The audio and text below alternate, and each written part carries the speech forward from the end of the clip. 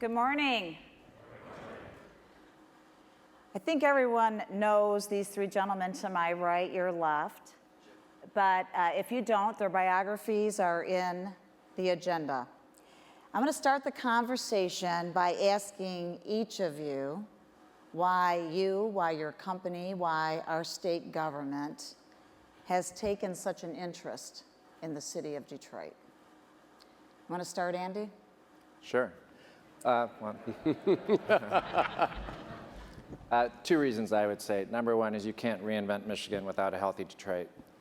And two, and I was thinking about this morning, if you're in government and you're not focused on improving the lives for the next generation, then you shouldn't be in government. And there are a lot of folks that live in the city that deserve to have a bright future. And it's an imperative, and it's not just Detroit, but it's other struggling communities throughout the state that we have an obligation to make certain people are safe in their homes and have access to a great education and a career path. Rob? Yeah, well, I think for us and our level of involvement involves around our business, and I think having a healthy Detroit is really critical to the success of our business. It's where we live, where we work, where we're raising our families. But most importantly, it is the area where we need to recruit our biggest asset, which is our people who work for us. So having a healthy and vibrant metropolitan area where our business is located is really, really, really important to us. But when you look at our involvement in the city of Detroit, it really started with the Super Bowl and Roger's involvement in the Super Bowl. And I think what that taught us and kind of why we're so heavily involved in it is that it taught us that good things can happen if you have the right momentum and the right focus by the people who are involved in it.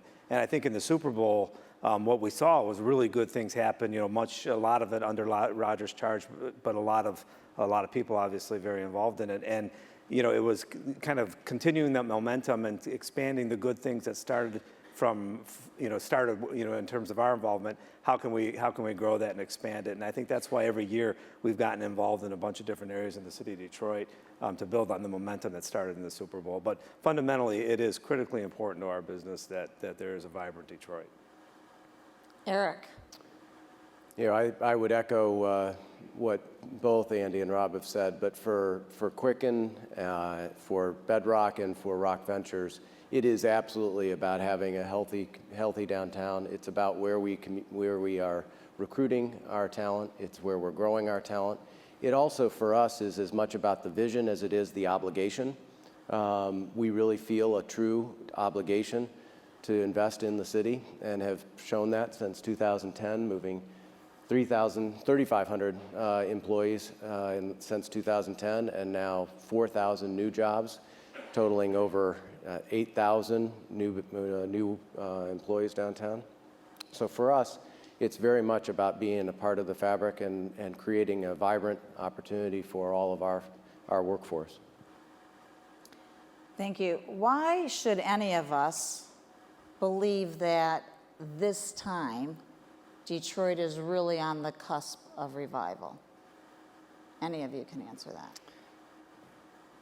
Well, just building on what Erik just said, you look at what's happening with Quicken Loans downtown, you look what happened with Blue Cross downtown, and the amount of business that has moved down and the people that have moved down, it is remarkably different.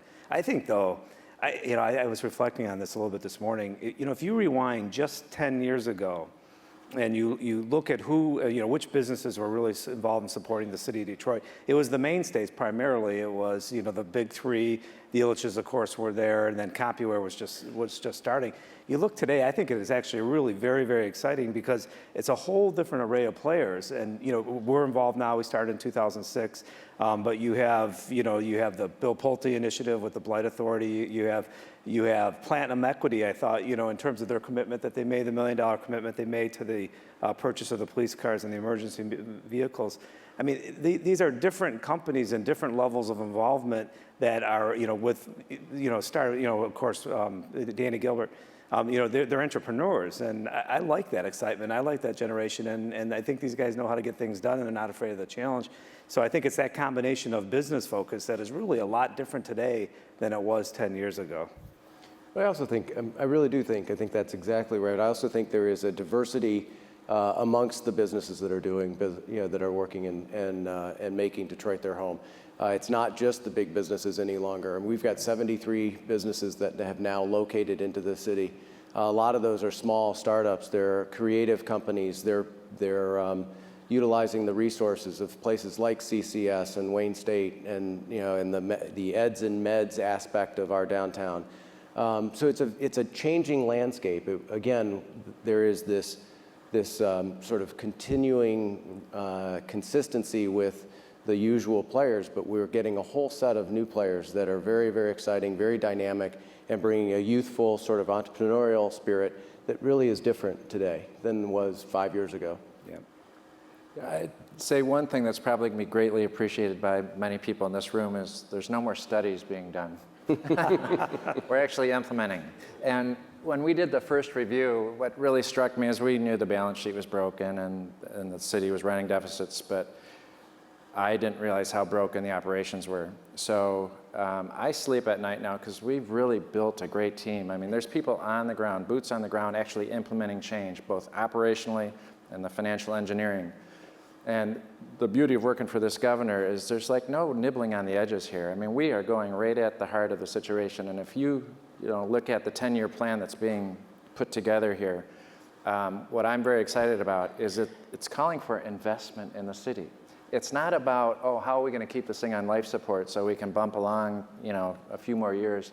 This is going right at the heart of the problems and restructuring, and it's both on the financial side as well as the operations. And I'm just very optimistic that you're going to see this thing turn. I think that's a great point too. It is there's a foundation laid. It's a marathon. It's not a sprint. It's a journey, and there's so many of the projects that have been under study or have been thought about are really in progress. That the M1 rail, you see what's happened in terms of development of the book Cadillac and the other things. Those things are all just part of the pot, part of the building blocks for making sure that the city survives. And I think the emergency manager, while maybe not politically popular, I mean it is addressing head on the financial issues that have to be addressed so that the city can move forward. So I think there's a nice recipe here, a combination of foundation being laid, addressing the tough decisions, and a broad-based team of support from at least from a corporate perspective as well as a government perspective. Yeah, there's a little bit of a joke that goes on. If anyone that wants to do something in the city, if they have the word plan on the first page of their paper, it's sent back and they aren't invited back for another meeting. That's a little bit of an overstatement, but the point is being made is, look, we've done enough studies, let's start implementing. Absolutely. Let me go to Rob for a minute and talk about Roger Penske. He's your boss. Most of us feel that he's also our boss because whatever he does, we want to do it with him. Whether it's, as you mentioned, the Super Bowl, the Chevrolet Detroit Belle Isle Grand Prix happening this week, the M1 rail, and the most recent donation, which you also mentioned, I don't know if everybody knows about it, of emergency vehicles and police cars to help protect the citizens of Detroit. Roger pulled that group together. So what drives, I'll use the governor's statement, what drives that relentless positive action, and what impact does his activities have on all the Penske employees? Yeah, there's just so much to Roger, and a lot of probably everybody in this room has experienced him in one way or another. But I mean, he is a terrific leader, a terrific chairman, and probably a world-class entrepreneur. He's very positive, like you said. He has a can-do attitude. And probably the most important thing about it is it's infectious. I mean, I think, and you see it with what he does with the city of Detroit. I mean, when he talks about a particular initiative that he wants to get done, he's able to get people to get excited about it.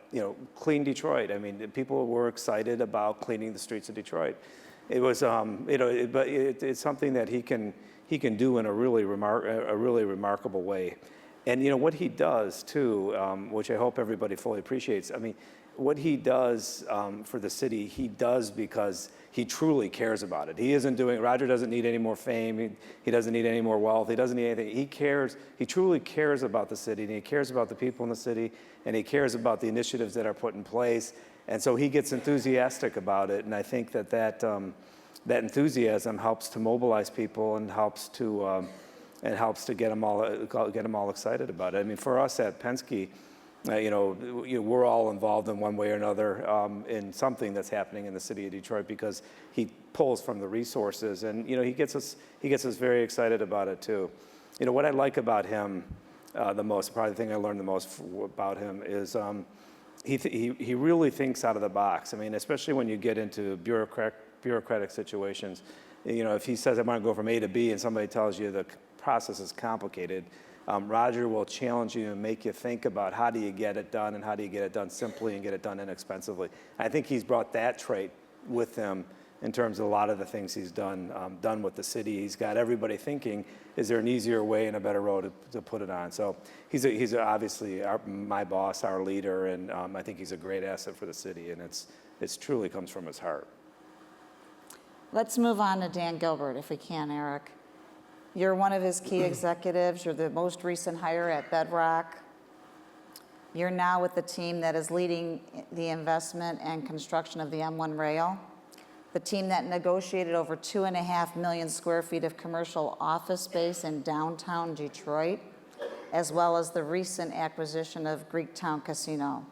So you're really setting the bar for private investment and philanthropy in Detroit. You personally, Erik, have been an integral part of Detroit for a number of years, including the redevelopment of the Renaissance Center and the Argonaut Building, which is now College for Creative Studies. So from your viewpoint, what is the difference between today and 5 years ago where there was nothing going on in the Central Business District? Again, I think we've touched on some of what's changed over the last 5 years, but it's really taken, I think, longer than even the 5 years. It's great to look back at the 5 years, and it's great to look sort of at when, our governor came into office, and some of the state level focus has been devoted to the city. But people have been working on the challenges of Detroit for a long time. The foundation community has been as consistent and resilient in terms of trying to figure a better path and find a better path for Detroit for a long, long time. And those efforts, along with the business community and the public aspect of what has been happening in Detroit, are now all coming together. I think the biggest change for me, from my perspective, is truly the fact that those folks that are really leading this effort are doing it because they care about it. They're doing it because they realize it's right. I think that's true with the governor.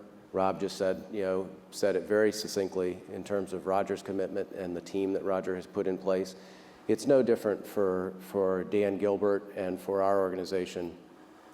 Dan is as strong a vision as I've ever seen. It's as strong a commitment as I've ever experienced.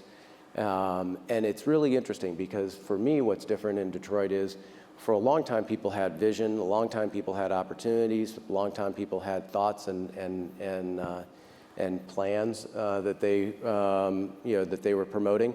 But it isn't until now that we've had the combination of the wherewithal, really the quite frankly, the resources, both financial and human resources to make these things happen, Sandy. So from my perspective, the difference is we've got vision and resource now, and that is a very different aspect of Detroit's landscape.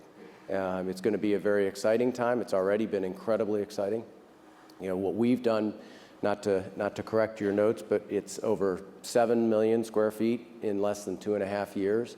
$1 billion worth of investment if you include Greektown Casino, 10,000 employees. We've got 1,000 interns this summer that are running around downtown trying to figure out how they can make a difference, which in Detroit is really a unique experience because you can be a young person without a whole lot of access and a whole lot of resource and make a difference. And we're seeing that happen right now.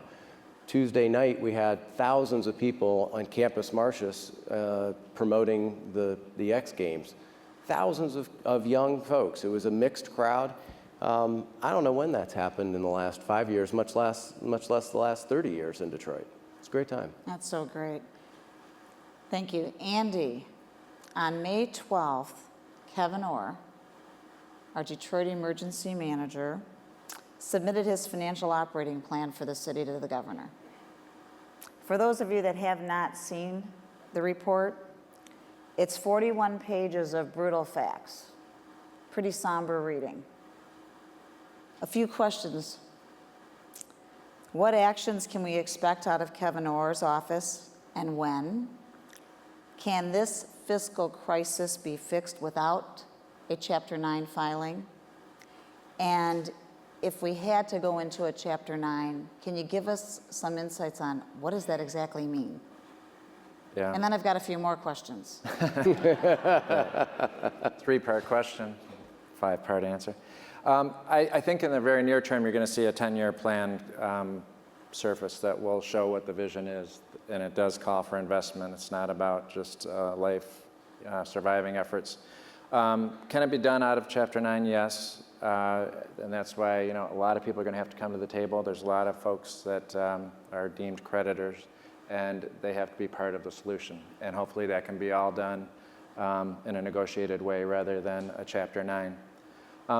And what was the third part? What happens if we go into 9? Yeah, like what a lot of us have not experienced. We've read a little bit about the couple that have been filed in the U.S., but there really hasn't been many, and there certainly hasn't been a city of Detroit's size. Right. I think, well, we've all observed the Chrysler GM, as well as some of our very significant Tier 1s, and to some extent it was almost invisible. What I observe from the ones that have happened, and mostly in California, there's a bankruptcy, Chapter 9 down in Alabama, Montgomery County, and there was Central Falls, a city in Rhode Island. So the precedent is very limited, and as I've gone through this for the last 2 years, I've learned that there's probably not 50 experts that know what a Chapter 9 looks like. There's just, if you look at a Chapter 11 private sector reorganization, there's a roadmap, and you can sit down with restructuring experts and lawyers, and they can tell you, here's how this is going to play out. That's not true in government. So what we are spending a lot of time on is making certain that if that were ever to happen, that this is not a failed transaction. And I was reading an article last week about life after those events in California cities, Vallejo, now Stockton and San Bernardino. And people are like, we went through all this pain and our city still has no services. And if we end up there, and I'm not saying that we will, I think that the next month or so is going to be very telling as we sit down with a lot of the creditors and make the case about how this can be a growing city again and how people can win if they all support the transaction.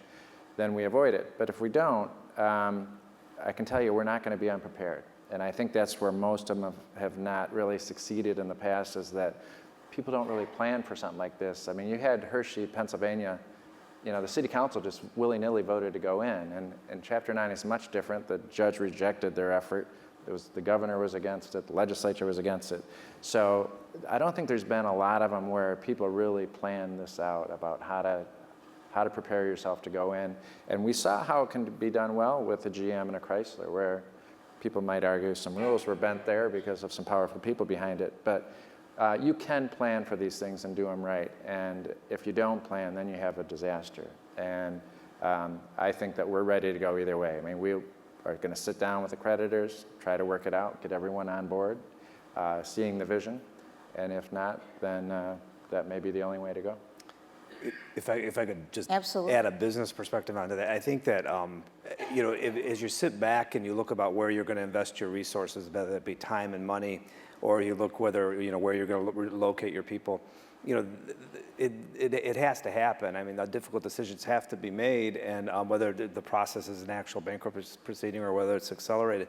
But from our perspective, I mean, that's exciting. I mean, the fact that the structural issues in the city are going to be addressed in one way or another, whatever form it takes, we know that it's financially on a right path, and that makes a business like ours a little bit more excited about investing in the city or investing in the region. And so I think, again, while it's all very, very difficult, we trust in the leaders, and we're excited that something's happening, and I think it'll probably generate more interest in the city from us as well as from businesses like ours. Yeah, and I want to thank the private sector too, because if we get it, that it's just not a financial solution to the city and then everything will be great. I mean, you have to have jobs and you have to have development. And if you look at the original consent agreement, Annex E had a laundry list of huge things were about the quality of life. I mean, things at Eastern Market or things on the riverfront or Belle Isle. We get that you have to have a good quality of life in the city and have to thank people like Quicken and like Roger Penske for their efforts to be part of the solution. And it's financial, it's operational, and it's quality of life, and all those things have to come together. I think it's very interesting. I was just in San Diego for ULI, Urban Land Institute, and for the first time in literally 12 years, I was doing a presentation, and the group was asked what were they going to do next after leaving this presentation, and a good number of them said invest in Detroit. That hasn't happened in literally 12 years of going on these national conferences. So there is a tide change, and I think that helps support, Andy, what you're trying to do. It doesn't solve the structural financial aspect of what we're dealing with today, but it creates an opportunity and a story and a path that is very different than what you would have otherwise had to sell to the creditors. And we just went through this with with Wayne County. They had the bond rating agencies in. We sat with them and talked to them about Opportunity Detroit, talked to them about what we were focused on and the growth of our organization, as well as all the other organizations that are contributing to the success and the movement forward in Detroit. And I don't know how it's going to ultimately impact the way that they rate the county and the city, but it sure as heck was eye-opening for them. It was very clear that this is a story that needs to be told and is having an impact on the way people perceive and are thinking about Detroit going forward. Let's move out of the central business district. And Rob, I'm going to go to you first. And your interest, Penske Corporation, Rogers' interest in moving beyond to the neighborhoods. So there's extreme blight in the neighborhoods if you go in any direction out of the central business district, escalating crime, which we all read about, and obviously the deterioration in the Detroit public school system over the last number of years. That's a few of the issues that we still need to deal with in the geography that we call the city of Detroit beyond Woodward Avenue. So talk about your interest, Roger's interest in dealing with those very significant and sobering issues. Yeah, it is an evolution. I mean, again, for us, it all started with the Super Bowl, and it evolved into various different areas, Clean Detroit and the M1 Rail and everything else. But now for us, it is a little bit broader. Things that are so inherent and critical, and some of the things that we take for granted if you're in a city that can provide services. But I remember Roger came back from a meeting and he sat down and said, do you know that it takes 90 minutes or it took an hour and a half from the average police response? I mean, it was the statistic. I don't want to quote it because it was an incredible statistic. He said we have to do something about that.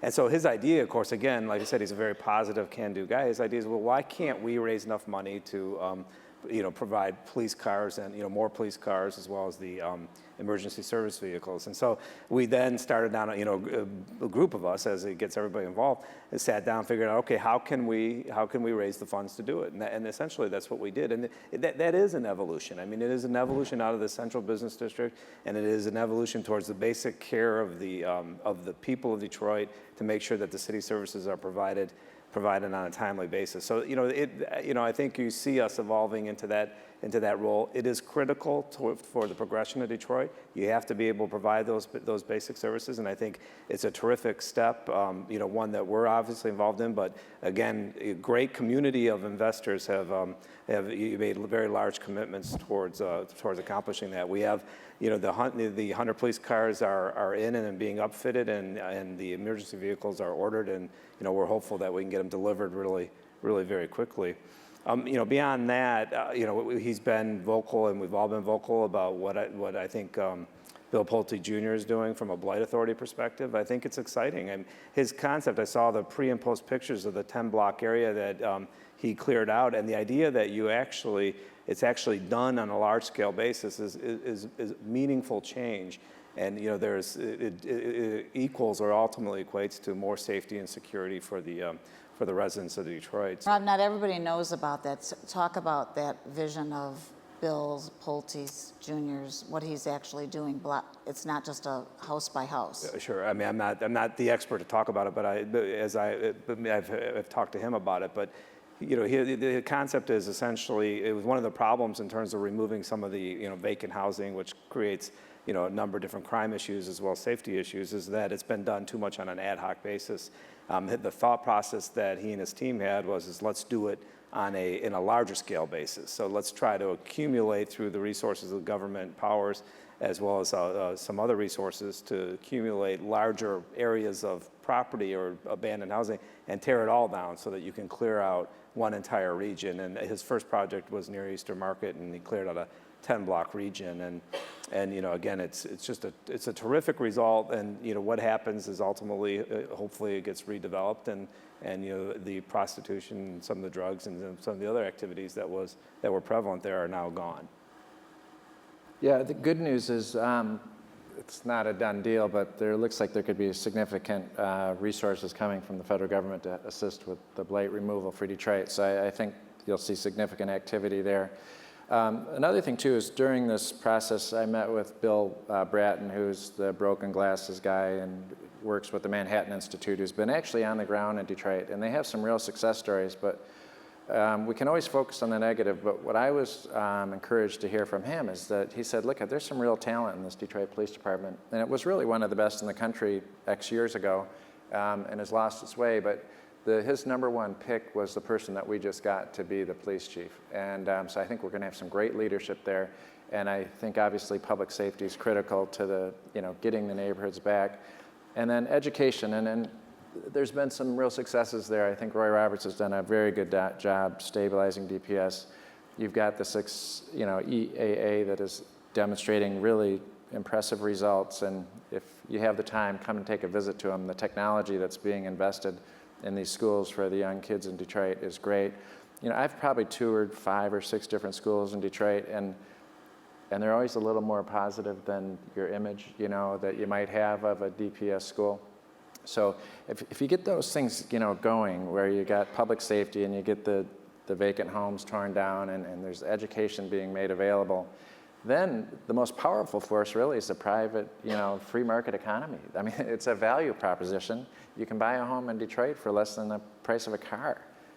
That's going to attract young people. And if we can get the safety and education catching up, then it won't be that story, well, you'll live there till you have kids and then you move out. I mean, that's going to be the challenge for us. But there is progress. And I think you can always look at the glass as half empty, but I see it as half full, maybe a little more.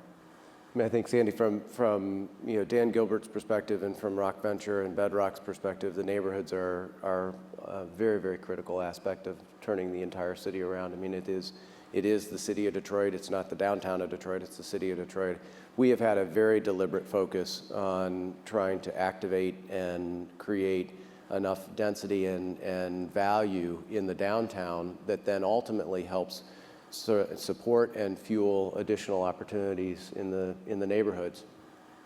With a healthy core, there is significant tax generation that supports a lot of the city services that are necessary. Obviously, the significant business environment is downtown, and so all of that is very important. And continuing to build on that density and that stabilization is important. I mean, what Deb Dansby and Opportunity Detroit has done with placemaking and creating a vibrant community in the downtown that then starts to radiate out, what Faye Nelson and Matt Cullen have done on the riverfront. I mean, all those things are things that start to migrate and create connections and tentacles into the neighborhoods. But Hudson Weber just finished a 7.2-mile report. If you haven't seen it, you should take a look at it, because it's a great report of that 7.2 roughly square miles of downtown and what it means, what the innovation means, what is actually occurring. It's a living document. But then, I see Laura Trudeau here, the Future Cities. Future Cities is all about the neighborhoods and how we can make sure that we're linking the activity that's happening downtown into the neighborhoods. But it's got to be concentrated. The investment has to be targeted. We can't continue to use a shotgun approach. We have to be much more deliberate in where we're spending our dollars, how we're spending our dollars.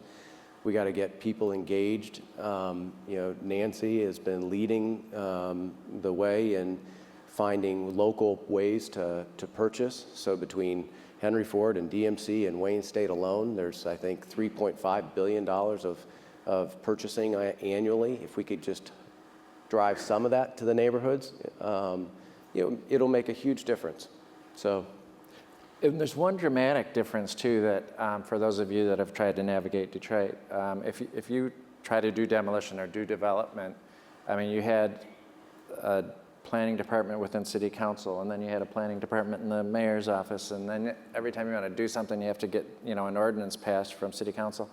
I mean, in the world of 436, you may or may not like it, but you can cut through all that. I mean, you got What's a plan. 436? I'm sorry? What is it?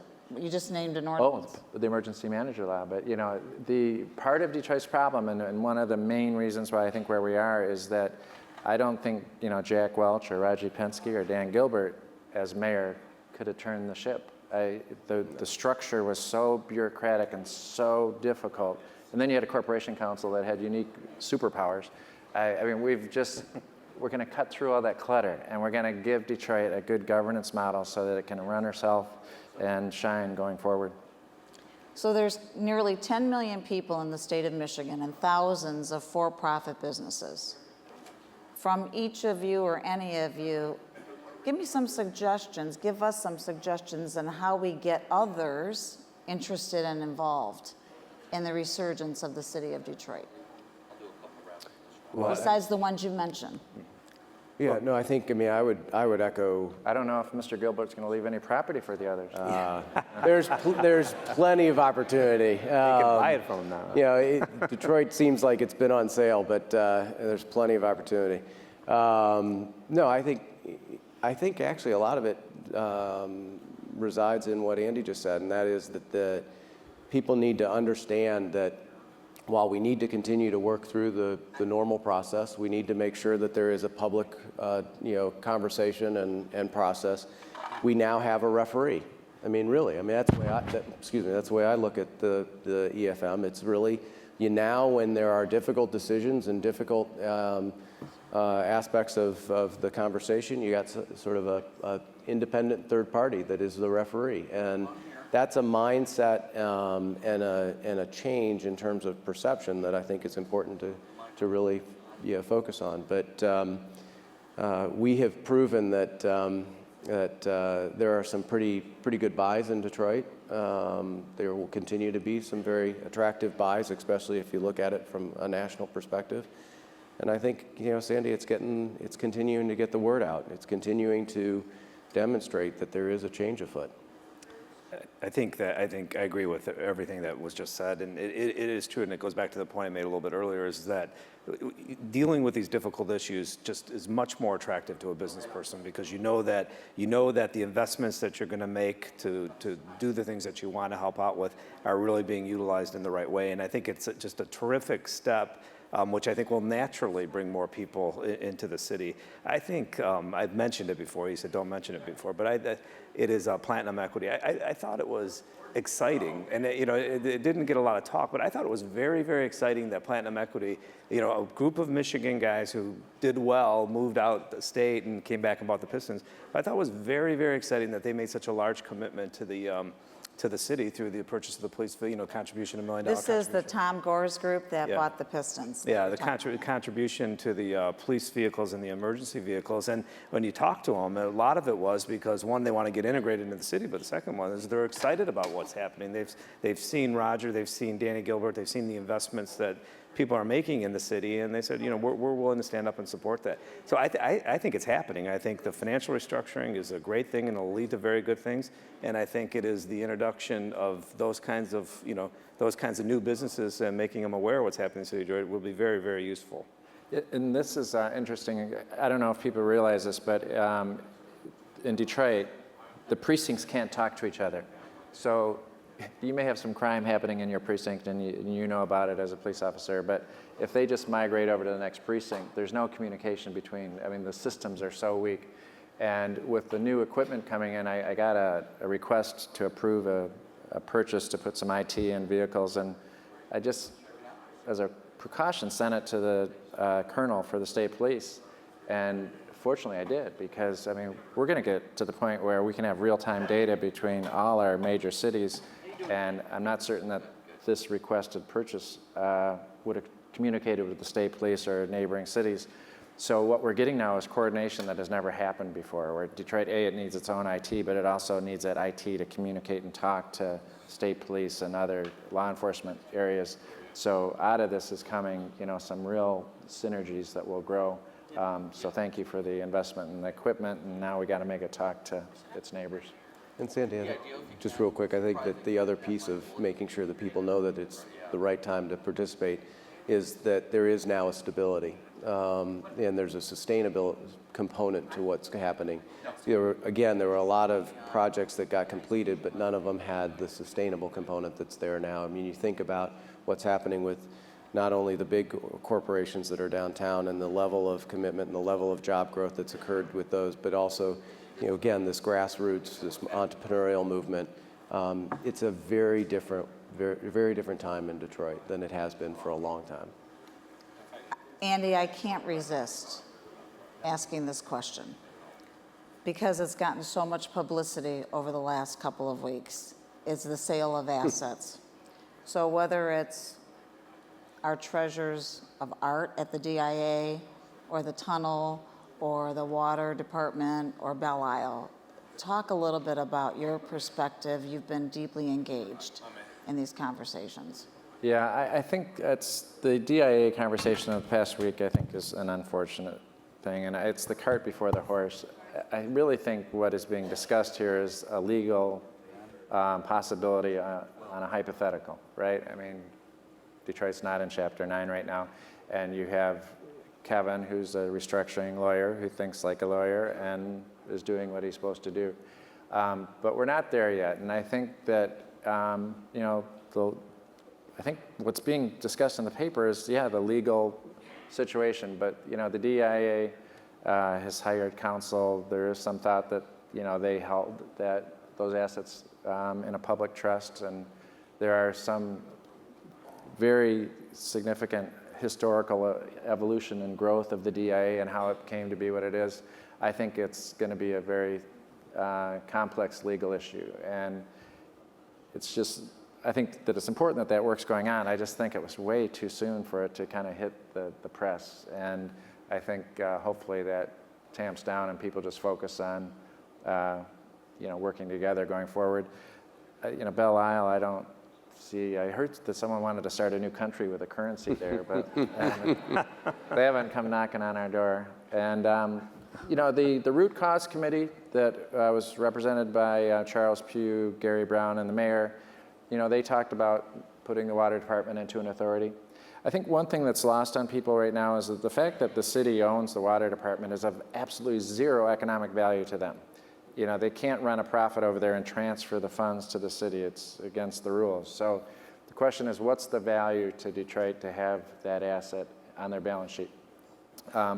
What we did recently in Pontiac is we put their water and sewer system into an authority.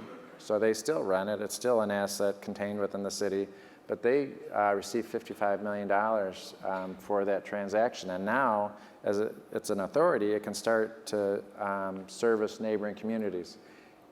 The root cause committee, under Judge Cox and City Council and the mayor, recommend looking at that authority. And I would argue that that's something that should be considered.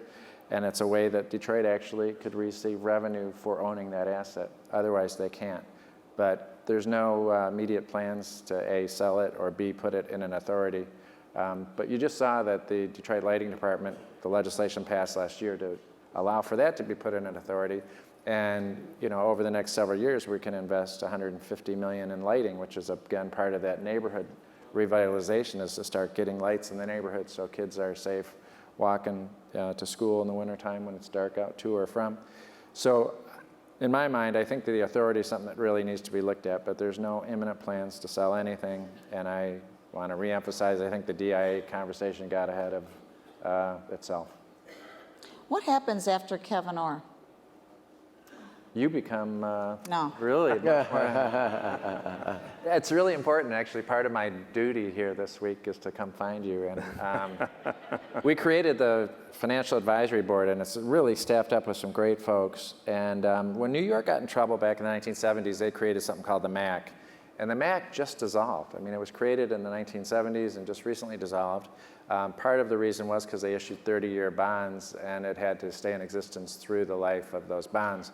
But I think it's really important. You know, we just transitioned out of E-Course, and we created something there called the Transition Advisory Board, because you want to make certain that bad habits don't kind of resurface the emergency right after you leave. So we have a board in E-Course, and the manager's now gone. I think, you know, we are really focused on Kevin, like in and out, you know, 12 to 18 months is kind of the window that he has. And then I hope when he leaves that we still have our good financial advisory board in place to do the things that we really need you to do. We need you to make certain that the revenues that are the building blocks of the budget are realistic. If there's going to be a capital markets transaction that's not healthy for the city, I want the FAB to be able to veto that.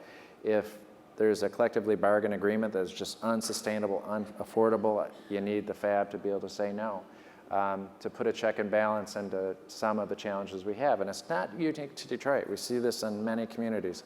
We're in the process now of transitioning out of Pontiac, and we'll put a transition advisory board. So I do think that Kevin can do the bulk of his work in that window of time that we all define as 18 months, and then the FAB is really going to have an important, significant role in the future of the city for a period of time. How long? Thank you, Sandy, for your service. How long? Okay, I have one more question. We just have 42 seconds left.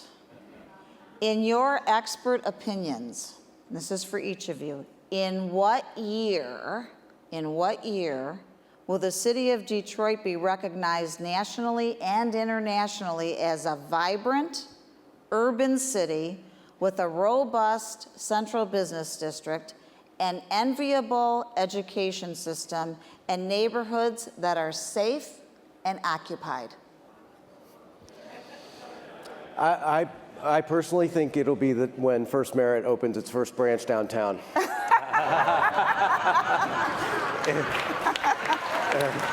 good. How about in Brightmoor? First branch in Brightmoor. In what year? Come on, guys, give me a year. I mean, I think you'll see progress, but I think 2023. I mean, it's not a 2-year plan, but I think you're going to see 2023? progress along the way. Okay, Rob? I think it's all of that. The one thing I know is that next year, the city will be remarkably different than it is this year. And then in 5 years, I think it'll be remarkably different and better. And maybe it is 10 years, but you know, we're clearly on the right path. I just don't know. I'm giving you 10 years. I'm going to take that to the bank. Okay. Eric? You know, I think probably the 10-year horizon is right, but I think 2016 is going to be a fascinating year. I think you'll have M1 in place. You'll have a lot of the activity that is sort of solidified downtown. You'll have real movement in the neighborhoods. I think 2016 is going to be a fascinating year. Please, ladies and gentlemen, join me in thanking Erik Larson, Andy Dillon, and Rob Kurnick.